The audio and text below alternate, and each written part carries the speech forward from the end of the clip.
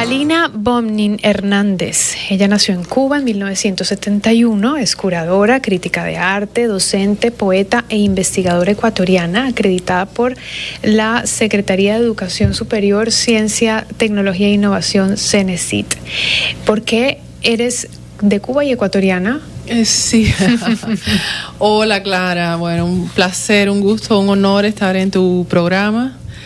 Es la segunda vez que estoy acá con ustedes. Sí, nazco en Cuba en el año 71. Apenas soy una niña. Sí, claro.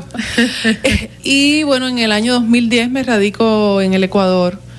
Y en el año 2015 decido naturalizarme. Y bueno, adquiero la ciudadanía ecuatoriana a través de la Carta de Naturalización. ¿Te gusta Ecuador? Sí, me gusta Ecuador. Ha sido un proceso, digamos, no exento de dificultades, porque para todo migrante yo diría que eso constituye un reto. En primer lugar, adaptarse, son costumbres, son diferentes idiosincrasias, pero creo que he logrado hacerlo, he salvado las distancias. Me decía una amiga en Cuba una vez, Amalina, donde llegas, plantas. Porque también, yo no sé cómo lo conciben, hay, por ejemplo, algunos colegas en la Universidad de las Artes que quizás ven la ciudad de Guayaquil como ciudad de paso.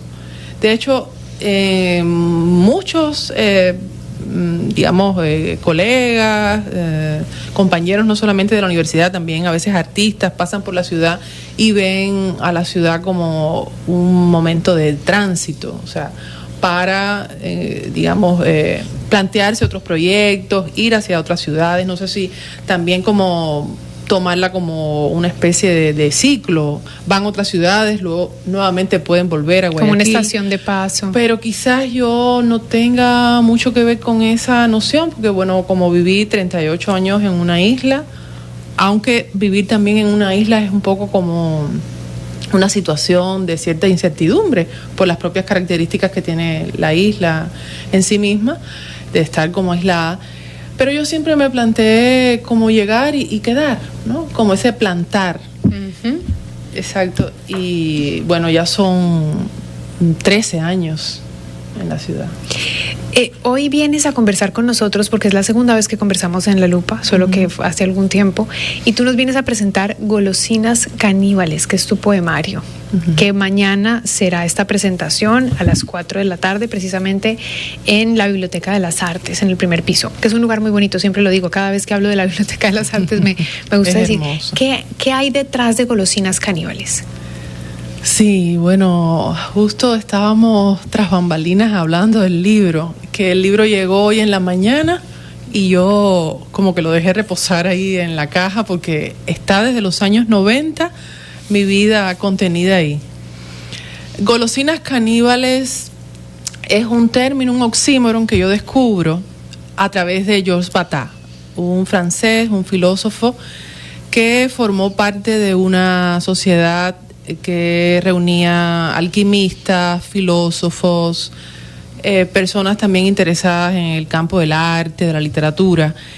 Pero adentrándome más en la vida de Bataille, descubro que no había sido él la primera persona que había usado ese oxímoron, había sido Stevenson, a través de unos periplos que había hecho y que deja reflejados en su libro Los mares del sur, para referirse específicamente a que los caníbales comían los ojos de otras personas vivas, y con eso se alimentaban. En el caso de Stevenson, así como de manera más directa la simbología. En el caso de Bataille, un poco más, digamos, densificada la antropología, porque Bataille hablaba, por ejemplo, él hace alusión a las golosinas caníbales a través de mencionar incluso el parte de utilizar un castigo que se llama la muerte por 1001 cortes, que se da en China, cuando generalmente las personas, digamos, desobedecían, tenían una actitud iconoclasta ante sus superiores, y se les aplicaba este castigo de, a través de 1001 cortes, morir. Entonces esa muerte era una muerte lenta, distendida, laxa, y en muchas ocasiones ese castigo era el que se prefería, porque además la gente iba a mirar. Uh-huh. Digamos que había como también todo un criterio ahí sórdido, mórbido, alrededor de ese evento en particular. Y entonces a mí me gusta usarlo en el libro porque en uno de los cuadernillos, que es el tercer cuadernillo, que comprende los poemas que van desde el 2016 hasta el 2023, se llama así, Golosinas Caníbales. Tiene que ver con mi historia personal, mi historia de vida, mi historia sentimental. Tiene que ver, por ejemplo, con cuestiones, vengo de una isla donde sabemos que ha existido la censura, y entonces de alguna manera ya en esos años que yo me siento como quizás no sea cómoda la palabra, pero tal vez que había echado como ciertas raíces en el país, siento también la necesidad de hablar de ciertas cuestiones políticas, de ciertas cuestiones de cómo yo veo la ciudad, de cómo yo me relaciono con la ciudad y cómo voy estableciendo en algunos casos semejanzas y en otros casos diferencias respecto a cómo es que se vive en una isla y cómo puede ser la vida en una ciudad como Guayaquil. Por ejemplo, en este poema que se llama ahora. ¿Quieres verlo? ¿Quieres? Sí, te lo doy para te agradezco. Porque lo tenía yo capturado el libro, lo tenía en mis manos, le dije, por favor, Amalina, préstamelo. Mientras ella lo encuentra, les quiero recordar que hoy estamos conversando con Amalina Bomnim Hernández. Ella es licenciada en Historia del Arte de la Universidad de La Habana, tiene también una maestría en Planificación, Evaluación y Acreditación de la Educación Superior de la Facultad de Filosofía y Letras de la Universidad de Guayaquil, tiene un PhD en Ciencias sobre el Arte, Facultad de Artes y Letras de la Universidad de La Habana. Bueno, la verdad es que tienes un currículo tan amplio que no alcanzo a decirlo todo, pero ella viene hoy a presentarnos Golosinas Caníbales, que es su poemario, y esto va a ser mañana 17 de agosto desde las 4 hasta las 6 de la tarde en la Biblioteca de las Artes, que queda en la calle Pichincha y Aguirre, aquí en Guayaquil. ¿Lo encontraste? Sí, se llama Lo que falta. Es que hay algunos que, digamos, como que recuerdo más el contenido y a veces no tanto el título. Donde yo menciono, no sé si prefieren que escucharlo. Sí, o sería como muy extenso para el programa. Déjame ver qué tan extenso, porque tenemos poco. Puedes leerlo. Sí. Sí, sí. Lo que falta, dice, ella llegaba de un lugar donde el polvo lo ponía la industria. Aterrizaba en Puerto, donde venía de volcanes. Allí leyó en un diario de Michaud, quien tenía el sentido de lo que falta, y en la cabaña del indio vivenció: este humo os tapa, os abraza, rebosa de anestesia, de olores, de suciedad y de gente. Decía Batá que la literatura no podía ser de utilidad porque más lejos no puede llegar nadie. Entonces, si escucho, nosotros necesitamos, nosotros queremos, ¿paramos por un cuerpo social o por minorías? Ella llegaba de un lugar donde el polvo lo ponía la industria, donde el enemigo durante 60 años había sido uno solo. Aterrizaba en un puerto pletórico de bucles, donde el enemigo se difuminaba cual calidoscopio. O sea, es un poco el conversar acerca de cómo para un cubano común siempre se había escuchado ese discurso de que tenemos un enemigo. Y siempre ese enemigo era externo, nunca era interno. Uh-huh.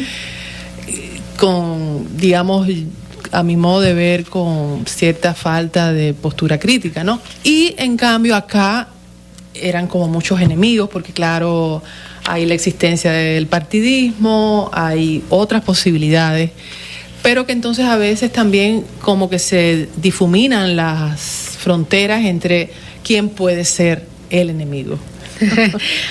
Increíble, Amalina, escucharte, porque hay tanta riqueza en tu interior para poder sacar todas estas historias detrás de un poema. Tú nos leíste uno de los tantos que hay aquí y tienen toda esta historia y perspectiva y profundidad y análisis de tu parte, que por supuesto para el lector puede ser otra mirada. Seguramente hay muchas otras miradas, claro, que también es lo lindo de poder leer, ¿no? Estar afuera. Hay un capítulo que tú denominas Sobrevolando el interior. Y uno de esos poemas dice: definición: guárdame sin que olvides el papel, confiesa, recupera. Para esto sí debes olvidarte. Te escribo y voy quedándome como cuando te miro. Creemos ser porque nos nombran, porque nadie ha demostrado lo contrario. No sé si eres en mí, pero te guardo. Qué lindo leerte. Y bueno, yo me leo distinto a como tú te lees, ¿no? Amalina Bonmin tiene la certeza de que la poesía tiene que transmitir y quedarse como un abrigo ceñido al lector, que debe tener la facultad de volver a buscar entre sus páginas aquellas incertidumbres cotidianas e innumerables, que tiene que fragmentar la realidad y otorgar el tono único de la individualidad y sus infinitas posibilidades de lectura.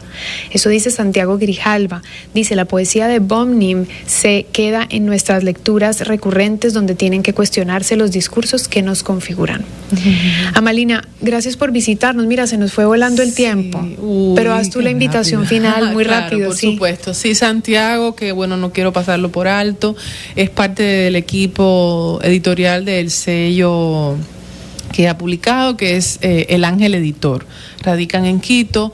Es un sello editorial con mucho prestigio y tienen este festival al cual tengo el honor de que me han invitado del 19 al 25 de noviembre, que se llama Paralelo Cero, a donde vienen poetas de todo el mundo. Bueno, la invitación está abierta. Un placer conversar, Clara. Gracias al programa. Mañana nos vemos. Espero que nos podamos ver en la Biblioteca de las Artes a las 4 de la tarde. Sí, por favor, pedirles puntualidad porque la biblioteca, por razones de seguridad, debe cerrar a las 5 de la tarde. Ah, ok, es de 4 a 5. Pensé que era de 4 a 6. Sí, okay. Estamos en las calles Pichincha y Aguirre, justo diagonal a Universidad de las Artes. Perfecto. Gracias por tu visita, Amalina, que se repita para tener estas conversaciones que yo tuve más, porque entre el corte y corte, que están largos ahora por temas de elecciones, pudimos hablar mucho más. La audiencia se quedó con un fragmento tuyo, pero muy profundo también, interesante.